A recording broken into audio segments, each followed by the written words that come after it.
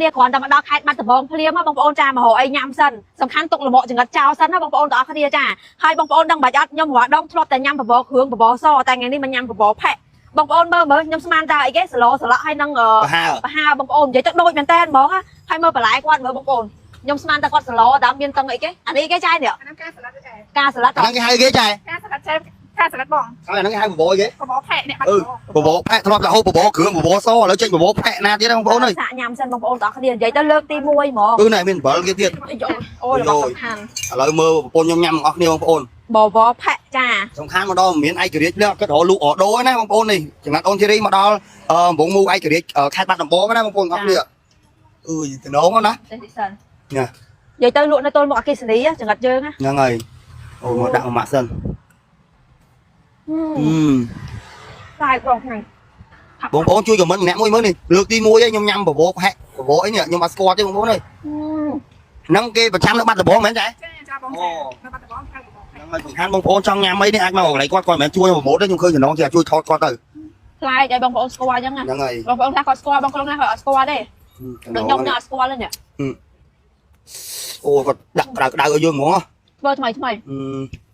ចំណងបងប្អូនអើយចឹងបងប្អូនចង់ញ៉ាំចង្រិតកាដូដុកលឿបាយក្តាំងបងប្អូនបាទពោតជីអីបងប្អូនកុំភ្លេចយកនេះអូនធីរីលក់ចាប់ពីថ្ងៃហ្នឹងរហូតដល់ថ្ងៃទី19ចាដាក់មកទេថែមបងប្អូនអើយកុំហិលពេកអូយបងឡើងជាទឹកមាត់ទេបានហើយហូបដែរសិនថ្ងៃនេះខ្ញុំមកលក់ចង្រិតនៅខេត្តបាត់ដំបងលើកដំបងបងប្អូនទាំងអស់គ្នាខ្ញុំមួម៉ៅខ្លាំងមែនតើបងចាំមើលមកស្ដាប់សលេងម៉ែអូហ៊ូទាំងអស់គ្នានេះជារីយ៉ាថ្ងៃទៅលក់ចង្រិតនៅបាត់ដំបងបងផ្លែឈើកន្លែងជួយចាប់កន្លែងហ្នឹងម៉ែមួយមកម៉ែចង់ទៅលក់ដែរទៅដល់ប្រហែលជាម៉ោងមកដល់2 10បាទជួយចាប់កន្លែងម៉ែមួយមកម៉ែចង់ទៅលក់ដែរចាំម៉ែធ្វើប្រហុកឲ្យស៊ីចាំម៉ែធ្វើប្រហុកឲ្យស៊ីចូលលក់ចាត់ហើយគាត់និយាយថាម៉ោងប៉ុន្មានមិញម៉ោងមកដល់2 10មកដល់ឥឡូវនេះបងប្អូនជួយកាត់មើលម៉ោង5ល្ងាចទេបងប្អូនម៉ោង5កន្លះណាហើយស្មានហ្នឹងអត់ទាន់មកដល់ទៀតនេះហើយឥឡូវខ្ញុំចាប់កន្លែងចាប់អីបានទេបងប្អូននៅខេត្តបាត់ដំបងនៅកំពង់ប៊ូមីឯករាជ្យហើយក៏អត់ទាន់មកដល់ទៀតមនុស្សចាស់អីនិយាយមិនត្រង់មួយកូនក្មេងខ្ញុំអត់យល់ទេនិយាយទៅម៉ែចប់ហើយបងហ៊ូឲ្យពួកខ្ញុំចាំគាត់តាំងពីម៉ោង10អញ្ចឹងបានប្រពន្ធខ្ញុំបង្ខំខ្ញុំឲ្យមកតាំងពីថ្ងៃមែនខ្ញុំមកដឹងថាគាត់គិតអីធ្វើមនុស្សចាស់ធ្វើម៉ែគេហៅខ្ញុំស្រាប់ម៉ែសក់កូនដល់ពេលឲ្យធ្វើចរិតអញ្ចឹងនេះមែនអត់យល់ដឹងគាត់គិតអីអូយហើយឡើងខំចាប់កន្លែងឲ្យគាត់ឡើងលយបងប្អូននេះមើលរកកន្លែងឲ្យឡើងស្អាតនេះទីទៀតដល់លោកពូច្បាយខេតមកទិញទៀតណៃស្វាយចិត្តអត់ឲ្យតែពូមកស្វាយចិត្តតែសំខាន់ខ្ញុំមួមកមួយបងអូហ៊ូនេះនិយាយមួយខ្ញុំខំប្រឹងមកតាំងពីម៉ោង10ថ្ងៃក្តៅចង់អាយ៉ាក្បាលឥឡូវមានអីសុំអីបងប្អូន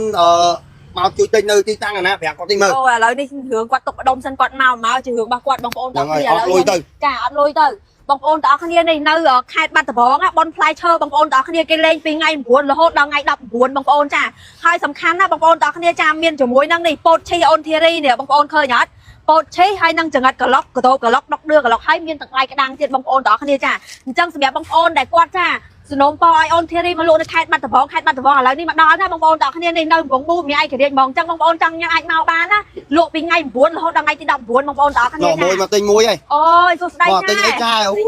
កាយឆាយមួយគេហ្មងអូយនិយាយទៅចាមើលជួយប្រាប់បងប្អូនឲ្យមកជួយទិញមើលចាយនៅណាវិញនៅចិត្តនេះឯងនៅណាមើលភូមិគេ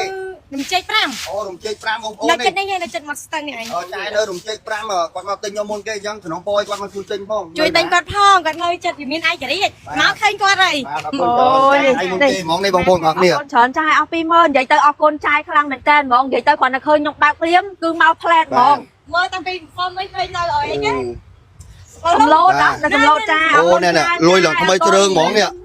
និយាយទៅហេងអរគុណចាយមក2នាក់3នាក់កូនអរគុណអូនិយាយទៅស្វ័យចិត្តខ្លាំងមែនតើបងប្អូនបាត់ដំបងជួបគ្នាជាមួយនឹងចង្រិតក្លុកអូនធីរីនិងពោតឈីពីថ្ងៃ10រហូតដល់ថ្ងៃ19ចា